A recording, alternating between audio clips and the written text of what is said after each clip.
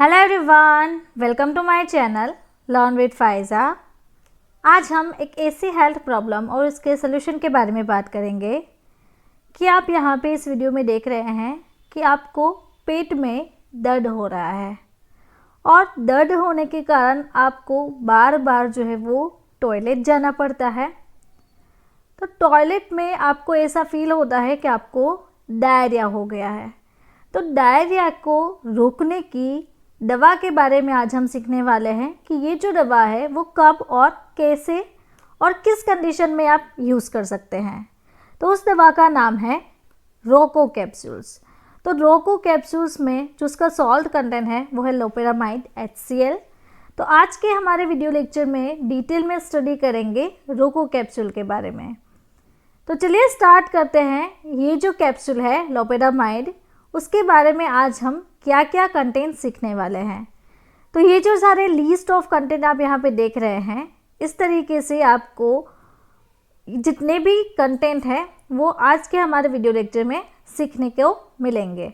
सबसे पहले समझते हैं बेसिक से, लेकिन उससे पहले जानेंगे कि यहाँ पे आप देखिए रोको।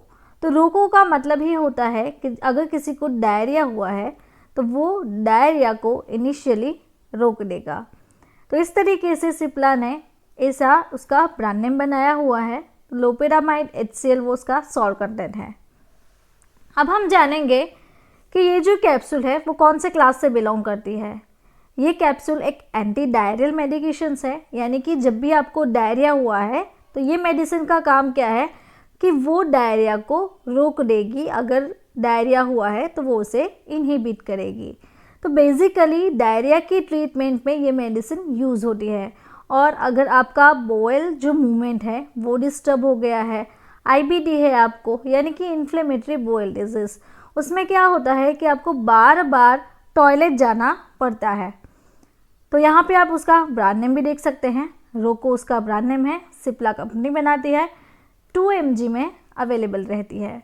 तो सिप्ला के बारे में थोड़ा जान ले तो सिप्ला एक अच्छी फार्मास्यूटिकल कंपनी है जो कि रोको कैप्सूल को मैन्युफैक्चर करती है। तो ये जो कंपनी है वो इंडियन मल्टीनेशनल फार्मास्यूटिकल कंपनी है। इसका जो हेड ऑफिस है वो कहाँ पे है? मुंबई में। अब यूज़ के बारे में सीखेंगे कि इसको किस कंडीशन में आप यूज़ कर सकते हैं। तो कैसे पेशेंट को ये कैप्सूल सजेस्ट की जा सकती है अगर किसी को डायरिया के अटैक्स आ रहे हैं, बार बार उसको टॉयलेट जाना पड़ता है, या फिर डायरिया के एपिसोड्स आ रहे हैं और IBD की प्रॉब्लम है।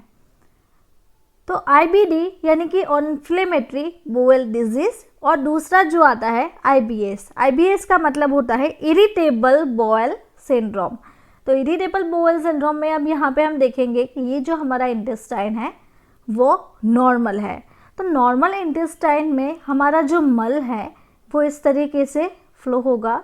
अगर किसी को कॉलन रिलेटेड प्रॉब्लम है यानी कि IBS है, तो IBS में यहाँ पे आप देखें इस तरीके से ये जो पिंच हो जाएगी, यानी कि वहाँ का जो कॉलन है वो दब जाएगा, जिसके कारण आपको कॉन्स्टिपेशन हो सकता है और डायरिया हो सकता है।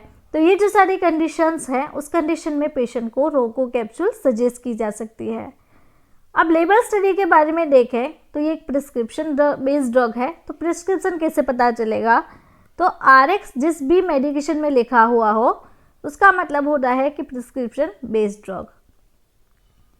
और ये जो कैप्सूल है वो आपको हार्ड जिलेटिन के सेल में अवेलेबल रहती है। तो हार्ड जिलेटिन में आपको लोपेरामाइड HCl जो है वो 2 mg में मिल जाती है। इसका कलर भी आप यहाँ पे देख सकते हैं कि tartrazine, erythrosine and titanium dioxide के कॉम्बिनेशन कलर्स में ये मेडिकेशन आपको मिल जाती है। तो यहाँ पे आप देख सकते हैं इस तरीके से येलो कलर के बेस में आती है। इसका जो सेल है वो भी येलो कलर का है और इनसाइड आपको जो पैलेट्स मिलते हैं वो भी इस तरीके से मिलते हैं। अब ये जो मेडिसिन्स है, ये जो कैप्सूल है वो आपको 10 के पैक में अवेलेबल रहती है।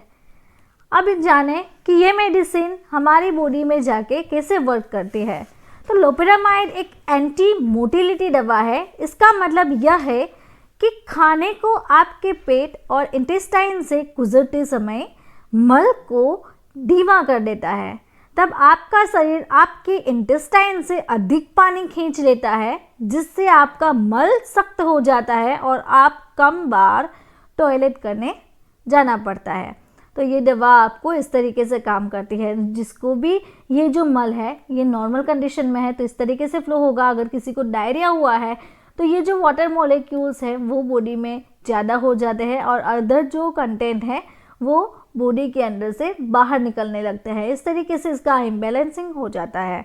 तो ये मेडिसिन इस तरीके से वर्क करती है। अब डोज के बारे में जानें तो इसका जो एडल्ट डोज है वो total 6 to 8 mg per day का है। अब हम समझे कि ये जो कैप्सूल है उसमें टोटल 2 mg अवेलेबल है, तो एडल्ट डोज कितना है 6 से 8 mg, यानी कि पेशेंट को दिन में 2 से 3 बार या फिर ज़रूरत पड़ने पर 4 बार भी सजेस्ट की जा सकती है। Because 2 multiplied by 3 is equal to 6 and 2 multiplied by 4 is equal to 8। इस तरीके से डोज डिसाइड होता है। तो ये जो है वो आपको 2 कैप्सूल खाना खाने से पहले आपको लेने की होती है, उसके बाद 2 कैप्सूल खाना खाने के बाद आपको लेने की होती है। तो इसका जो डोज है वो इस तरीके से दिया जाता है। तो पेशेंट को 16 mg से ज़्यादा डोज नहीं लेने हैं, यानी कि 8 mg और 8 कैप्सूल से आपको ज़्यादा डोज नहीं लेने हैं। तो उससे मेनी मोर साइड इफ़ेक्ट्स हो सकती है। अब प्राइस के बारे में सीखें। किसकी जो लेटेस्ट प्राइस है 2024 की वो आपको 10 कैप्सूल की 22.74 मिल जाएगी। अगर आप एक कैप्सूल ले रहे हो तो उसकी प्राइस आपको 2.27 रहेगी। अब साइड इफ़ेक्ट्स के बारे में सीखे कि इस मेडिसिन की साइड इफ़ेक्ट्स क्या है। पेशेंट को constipation, vomiting, diarrhoea, dizziness, abdominal pain, stomach pain, headache जैसी प्रॉब्लम्स हो सकती है। वार्निंग्स और कॉन्ट्राइंडिकेशंस के बारे में जानें तो अगर किसी पेशेंट को लोपेरामाइड से एलर्जिक रिएक्शन है, स्टूल में आपको ब्लड आ रहा है और सीवियरली आप कॉन्स्टिपेटेड हैं, अल्कोहल ड्रिंकिंग अवॉइड करना है, लिवर डिजीज़ है पेशेंट को, या फिर ऐसे कहें कि आपको एड्स की प्रॉब्लम है जिसे हम इम्यूनो डेफिशिएंसी सिंड्रोम कहते हैं, 12 साल से कम ईयर के बच्चों में ये मेडिसिन सजेस्ट नहीं करनी है, प्रेगनेंसी में अवॉइड करनी है एंड लैक्टेशन फेज़ में अवॉइड करनी है। तो ये जो सारी कंडीशंस हैं उस कंडीशन में रोको कैप्सूल पेशेंट को अवॉइड करनी है। अब प्रेगनेंसी कैटेगरी के बारे में जानें तो आपने अगर वार्निंग ध्यान से देखी है और समझी है तो उसमें आपको पता ही चल ही गया होगा कि ये मेडिसिन प्रेगनेंसी में प्रिस्क्राइब नहीं की जाती है, बिकॉज ये मेडिसिन डायरिया के लिए है।